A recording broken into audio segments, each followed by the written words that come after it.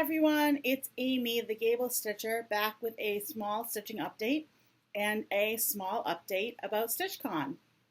As you can see, I am back from StitchCon. StitchCon took place last weekend in Sharonville, Ohio, which is in the Cincinnati area, and it was Thursday, June 27th through Sunday, June 30th.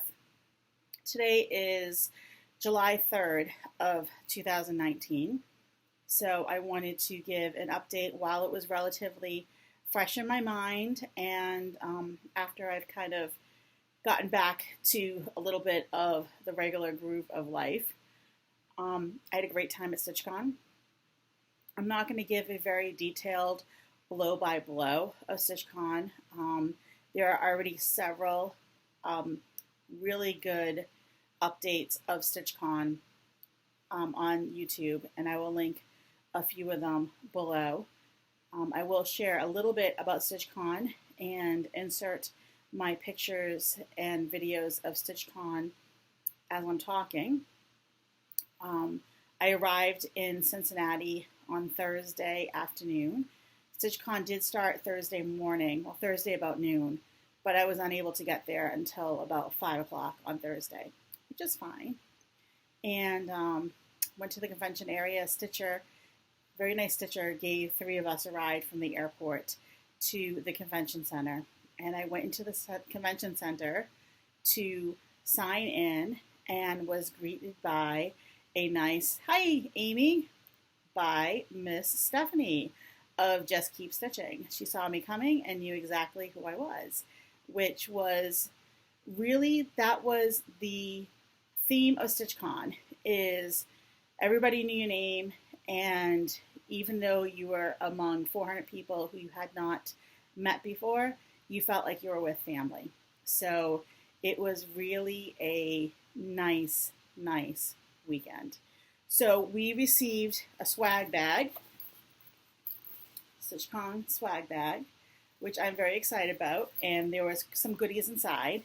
And I'm not going to go over what the goodies inside were. I'm going to link Colette the Highway Stitcher's video. She did a nice, succinct recap of all the items in the bag. And let's just say it was a really nice bag of goodies. So that was great. Walked into the room, large ballroom. If you think there were 400 stitches there, it's a big room. And it wasn't super packed. I was kind of worried. I was even like on my way out to StitchCon, I was getting really anxious because I was thinking there's gonna be so many people, it's gonna be so packed. The room was so large that it wasn't overwhelming. You were able to move. The noise wasn't overwhelming. You were able to see people. You were able to have a spot to sit and stitch. Everybody had a spot at a table. It was really nice. When I walked in, I was greeted immediately by Lynette from Homesteading on the Home Front. We actually live relatively close and had spoken a few times online, but hadn't actually met. And I was able to meet her and little one right there. And I spent quite a bit of time with them last weekend, and we had a really great time. And Donna Ray of Flannel Jammy's Farm was also at that table and is really just wonderful. Very, very nice woman, wonderful stitcher, and just everyone was just wonderful. So there was a brag table. There was a shop set up, an annex that had some trunk shows, quite a few trunk shows. Had a trunk show from Rosewood Manor, a trunk show from Arlene Cohen, trunk show from Teresa Vignette, Kitten Stitcher, Lindy Stitches had a trunk show, and she was there as well. I got to speak with her, and she is just lovely. Color and Cotton had a lot of fabrics there. They had a trunk show, as did Leslie LaFleur from Under the Sea Fabrics. So lots of shopping opportunities. And there was also a Stitchy bus, and you'll see a picture with it in my photos. They had a converted school bus painted red and white that says Stitchy Bus that took stitchers from the convention center to Keepsakes to go shopping. And Barbara, the owner of Keepsakes, her son was a great sport because it was 90 degrees in Cincinnati. It was so hot. And he drove round trips of Stitchers on the Stitchy bus for 2 days. I did not hear a complaint from him. And it was a school bus, so there was no air conditioning on the bus. And it was just really, really a wonderful time. I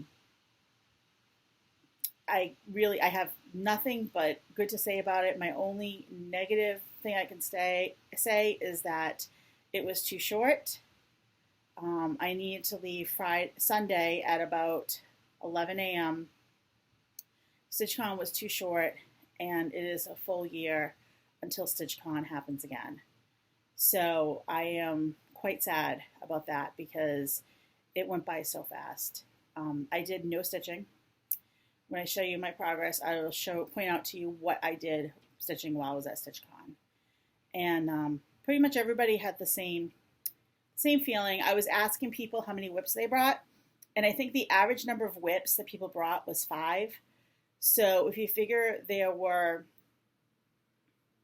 400 people in the room, there were about 2,000 projects in the room, and no one I talked to had any significant amount of progress. I'm sure there was a couple of people, but not many. Most of us spent a lot of time socializing. Pam and Steph did bring their finish bell, and so when you had a finish, you got to ring the bell, and you'd hold up your finish, and everybody would cheer, and that was really cool. So I did not have a finish, but I want to have a finish next year to be able to ring the bell. So a lot of people had stuff that only had a few stitches left in it.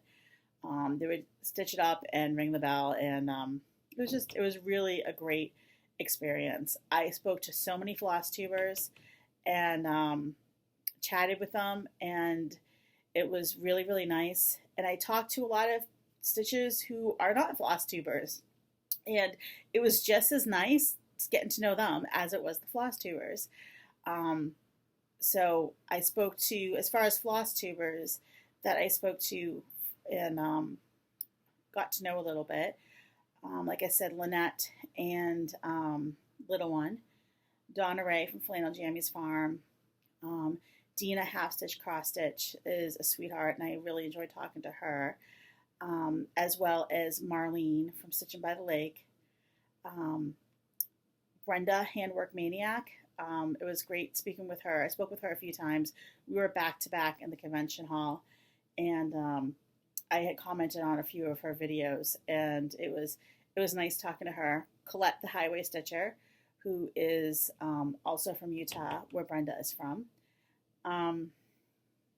Lost and Floss was there, and they were great. They actually baked cookies for everybody, which was really nice, and the cookies were delicious. I sat with Apple, who is another Massachusetts cross-stitcher, and we had spoken before, but we hadn't actually met before StitchCon. Jan Hicks was there. It was great to chat with her. I talked with Kyle, Stitching and Sound. He is really funny, and he had his Hannah Sanderson sampler, which he had finished, and it is gorgeous. Gorgeous, gorgeous. So I have another sampler on my want to stitch list. Jen Upton.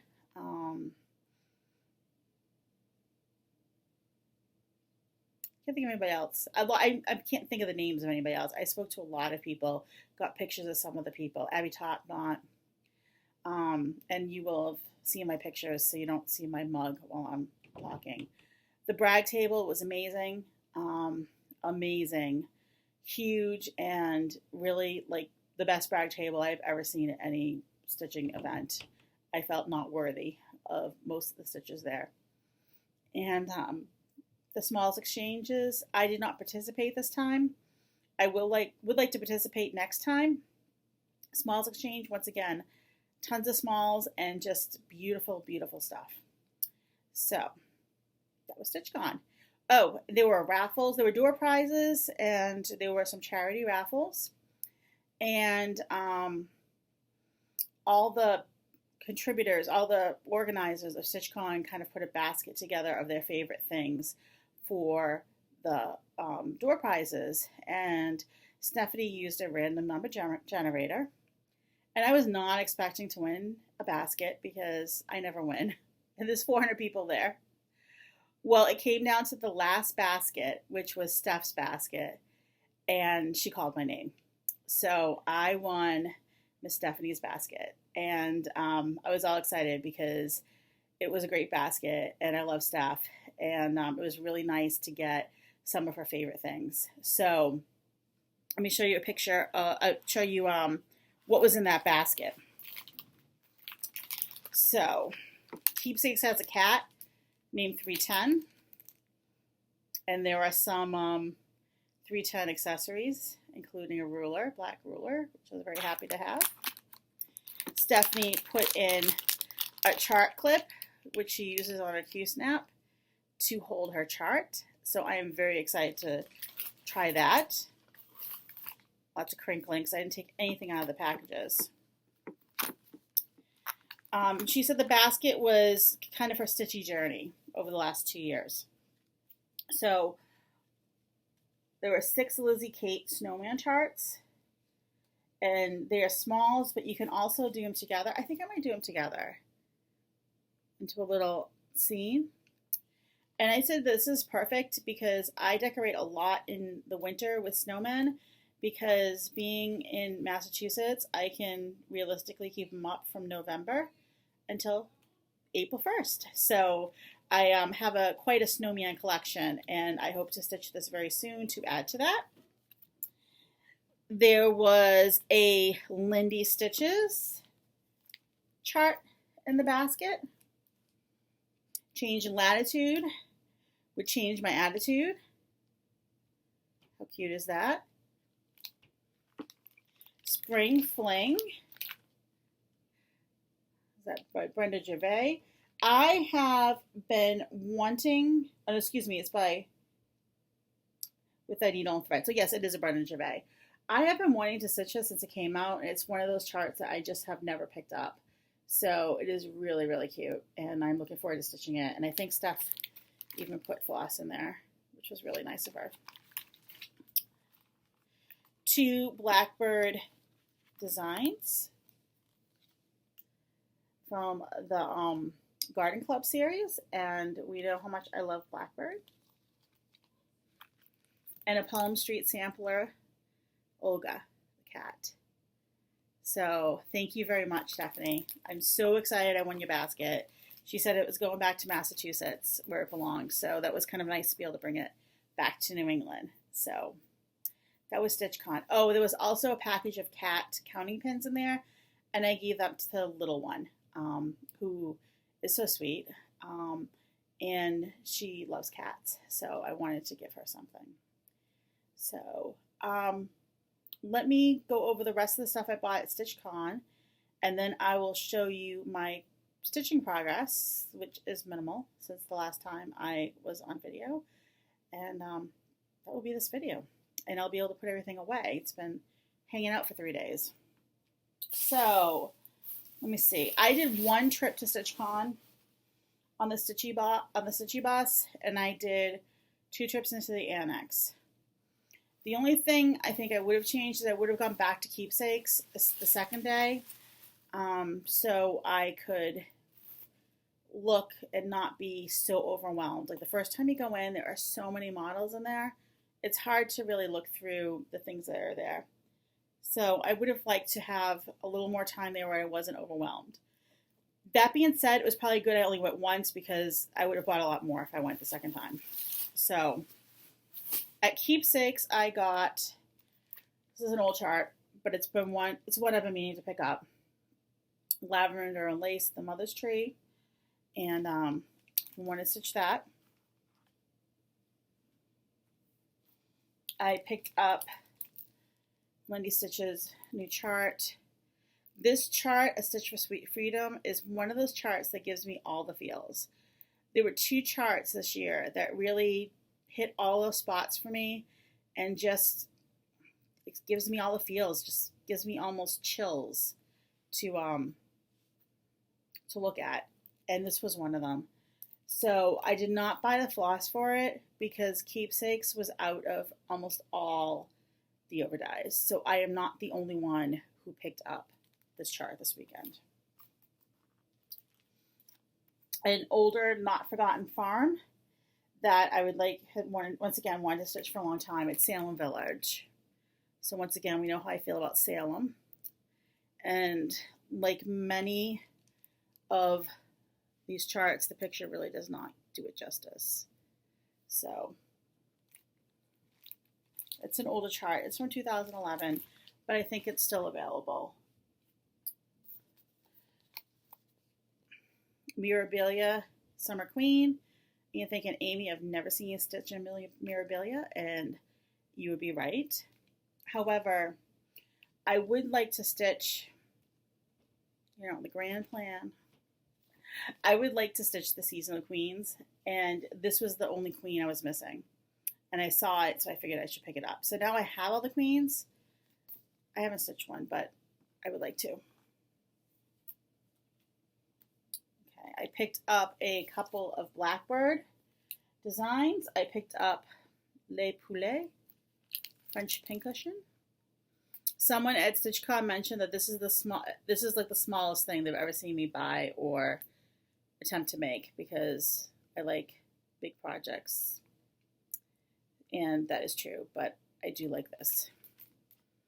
And Loose Feathers Spring 2013 Strawberry Sampler, so by Blackbird Designs. This is, I believe, still in print, and it's kind of funny because Kitten Stitcher did a little whip parade last week, right before I went to StitchCon, and she showed something on one of her whips in it, and I loved it.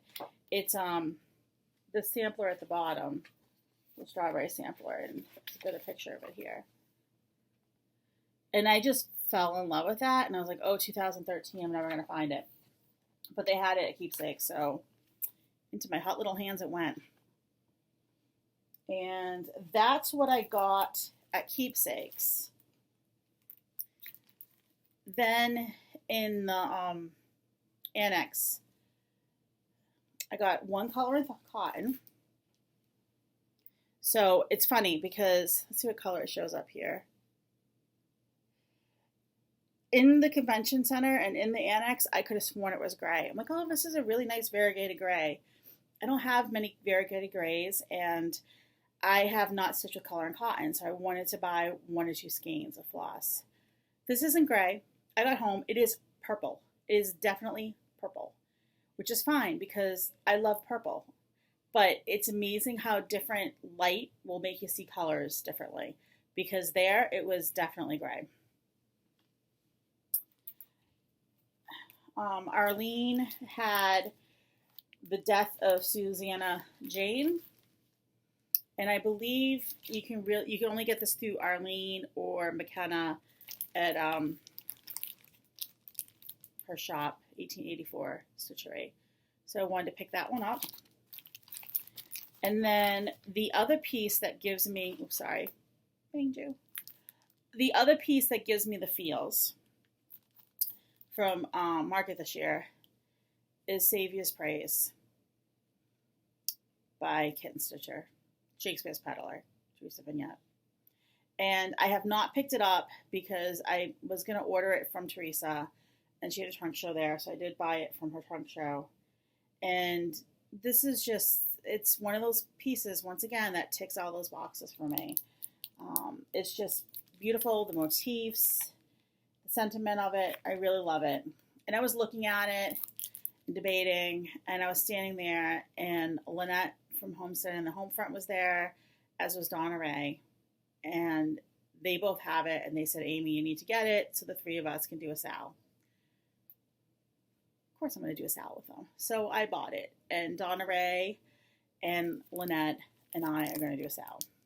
When? TBD, because Lynette needs to finish His Eye is on the Sparrow, and I have a couple of things I need to finish. And Donna Ray said she'll be the last one done, so just be aware of that.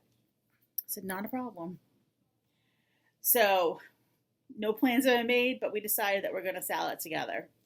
Lynette and I were talking a little bit about fabric, but that's as far as it's gone. And then I hit the fabric because I love fabric. So Color and Cotton had a trunk show, and when the annex opened, it was like Filene's Basement was having their wedding dress sale. And if you're from New England, you know what I'm talking about. If you're not from New England, you have no idea. But Filene's Basement in downtown Boston used to once a year do a wedding dress sale. And it was designer gowns, mostly like samples and stuff, that were in Filene's Basement. It was one day. They would have thousands of them. And those dresses were like $100 or $200, and they were $5,000, $6,000, $7,000 dresses, really expensive dresses. So people would line up, and they would open the doors, and you would run, and you would grab as many dresses as you could, and try them on, because they had no dressing rooms, and you know they just had the dresses. It was mass chaos. When I was getting married, my mother was all excited. She goes, "We can go to the Filene's Basement wedding dress sale." And I'm like, "I'm not going, because that's not me." I have a hard time with a lot of people, and luckily for her, my sister wanted to go, and she did get a gorgeous dress. But the annex wasn't quite like that, because Stitches are nice people, and nobody was pushing and shoving or throwing their clothes off, because no one was trying on wedding dresses. But Leslie and Color and Cotton had 2 tables of gorgeous fabric, and everybody wanted at that fabric. So I went after everybody had petered out. I didn't think I even went in there until the second day of the sale. And I got one piece of Color and Cotton. And it doesn't even have a color. It's a StitchCon limited edition. It's a 36 count. It's a small piece. It's a fat eighth. It's a 13 by 17. It's pretty good true to color. It's kind of like a greeny gray color. It's really pretty. So, and then I went to Leslie's Fabric. And as we know, I like big projects and I like high count fabric. So she had some fat halves. This color is called London Fog. You can have them cut to make a fat quarter. Like that. But I wanted the whole piece. So I got the fat half. So London Fog, sorry, I apologize. The light in here is like really terrible. It's like a gray color with a little bit of a lavender. All right, we're going to edit that out because I got a phone call, which I didn't answer. So it's like a gray color with a little bit of lavender tinge, and it's gorgeous. And the whole half was left there because it's 46 count, which is fine by me. So very pretty.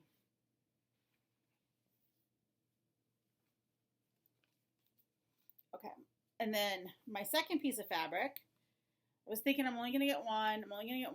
And then the second piece of fabric, I couldn't turn it down either. It's called Autumn. It's a 55 count. And the light's so bad in here, like I can't even see myself. Yeah, it is like a little bit of a pinky rosy color. Yeah, it's like a rosy color with some white. It's really, really a pretty color. So once again, I got a fat half. And I was done. I'm like, I'm not buying anything else. So Saturday, I go back into the annex in the afternoon. There was nobody in there. And I'm looking at the fabric, and I pick up a piece. I'm looking at it, and I'm like, oh, it's beautiful, but I don't need it. And Melissa, who's Cupcake Stitcher, was standing in line to pay. And she's like, Amy, you need that piece of fabric. Don't put it back. So I listened to her. And I got this. It's gorgeous. It is a 55 count fabric called Brown Sugar.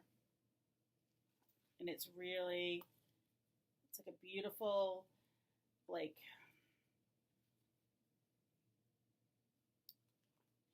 It's brownie, but it has like rosy tint to it. So it's gorgeous. And they asked me, do you want us to cut it? I said, no, I'll take the fat off.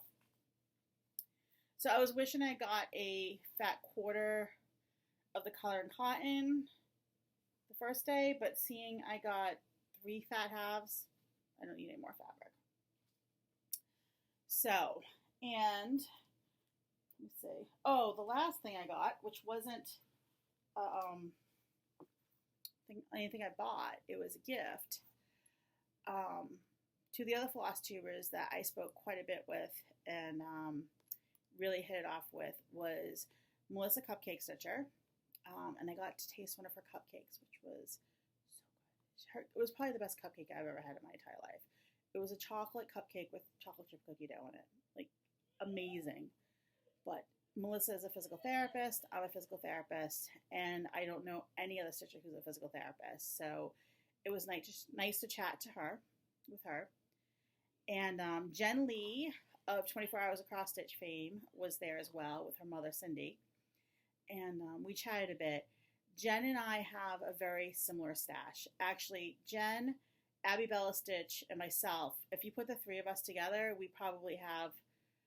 could probably complete some designers, I think, because we stitch very similar stuff. So chatted with Jen a bunch and her mom. Her mom's a sweetheart as well. And we compared projects, and her stitching is beautiful, and she is so nice. And she gave me a Cindy project bag. So, with little clocks on it for 24 Hours of Cross Stitch. So, I needed to show it before I could use it. So, thank you, Jen and Cindy, very much. So, that's my StitchCon wrap-up. Do I plan on going back to StitchCon next year? Absolutely. If you asked me Wednesday night before I left last week, I would have said it's going to be a one and done. I can't see myself doing it again because I don't like flying. I have children, so I needed to figure out how to, leave them at home for, how we're going to arrange care while my husband worked. And there's a lot going on this time of year. I said, this is going to be a one and done. I'm going to really enjoy it, but I don't think I'll be going back. I was there for less than 24 hours, and I was thinking, I'm coming back next year. I don't know how they're running registration next year, but I really want to come back. And if you are interested in StitchCon and attending, and you're wondering, how do I get in?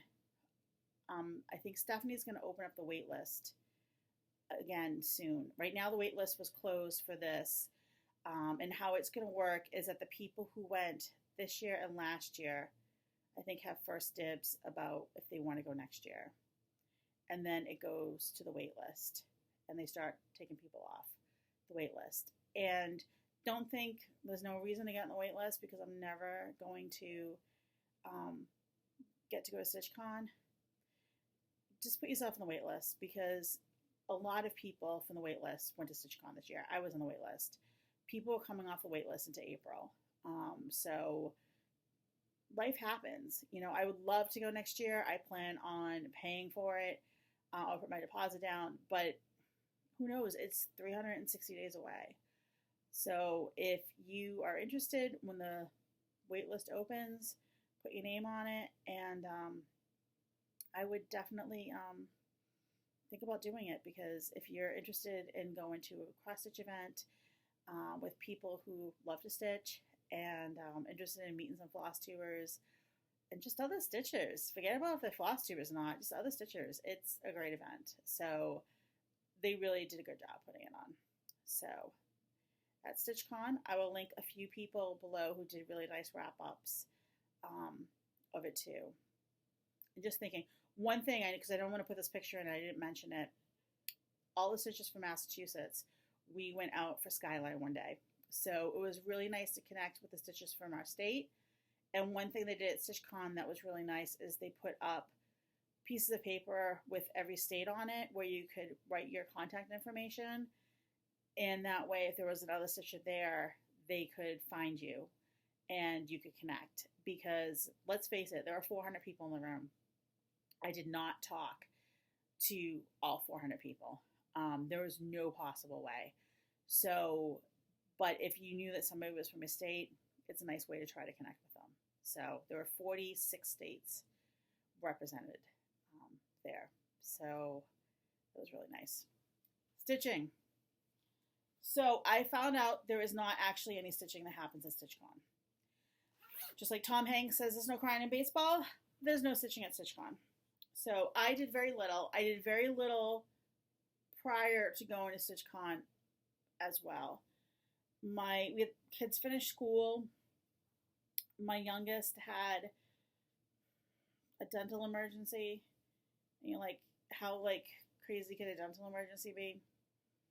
She broke teeth a few years ago, right after they came in, and after seeing 3 endodontists and going to Tufts Dental School and spending 5 hours there and going up the food chain to their top specialized endo people, we finally have a plan. So it was kind of involved. She's okay. She's fine, and she's going to be okay. It was just trying to find somebody in a short period of time who could help her. So I got very little stitching done. I'm going to show you what I did. So this is H is for Henry. At StitchCon, see this S? I stitched that S at StitchCon. I put about 50 stitches into something else, but I stitched that S. That's 3.5 days of stitching. Right there. When I got home, I stitched a little bit more. So the top part of Henry is now finished. Here up, done. So all I have left is the words. Lynette was saying, Amy, you've been working on that since your first video, since January. Actually, I haven't. It's been mid-March, but it does feel like I've been working on it forever. So this is a focus on a finish for the month of July. Hopefully sooner rather than later, just because I want to see it done. So all I have left is a little lettering, and I hope to get that done in the next week or so. The only other project I have put any noticeable amount of work into since my last video is Sampler 1830 by Permanent Copenhagen. I am doing it on a 32 count Belfast with 2 strands of DMC 934. I did buy, I think, 30 skeins of it, the same dye lot, so I should have enough. And this is where I am on this. So I actually did quite a bit done because I had only done like this part was done. So I did all these motifs over here. And this is really pretty. And, you know, it's a small travel project. When I was taking my little one into Boston for her dental procedures, I actually had this as my project. So, show the fabric here. So, yeah, I was working on this in Panera in downtown Boston. I was showing this to people at StitchCon. It was one of the projects I brought. I was showing it to Jen Lee because I was telling her how I have a love of big projects too. And people were gathering around to see it. It really is a gorgeous sampler. It is still in print. And someone at the other table said, oh, that would be great if you could finish that next year at StitchCon and ring the bell. I love challenges. So I'm going to try to finish this next year at StitchCon. This is slated for a 2020 finish anyways. I really want to finish it next year. So I need to get considerable work done on it this year. So why not, right? I got a year. We can finish it. We'll see. So the only other little tidbit I want to put in is I'm going to put in a picture of my girls with my grandmother. I did see my grandmother today and gave her The gift that I made her, I was unable to get to see her on her birthday just because life. So we were able to go up today and have lunch with her and my mom. And she was really happy to see us. And she said it was perfect because it meant that her birthday was lasting 2 weeks long. So she loved it. It was nice to give it to her. And she'll have it displayed in her home. So I think that's it. Thank you for watching. I apologize for the not so great light. Hopefully it's, I'm going to watch it back. Hopefully it's not as bad as what I'm seeing on the screen. It's horrendously hot outside and the light in our house is horrible. So I couldn't even go out on the porch at this time. I really just wanted to get a video done so I could catch everybody up and put all my piles of stuff away. So thank you for watching. I hope to be back in another week or so with another update. And happy stitching, everybody. Bye.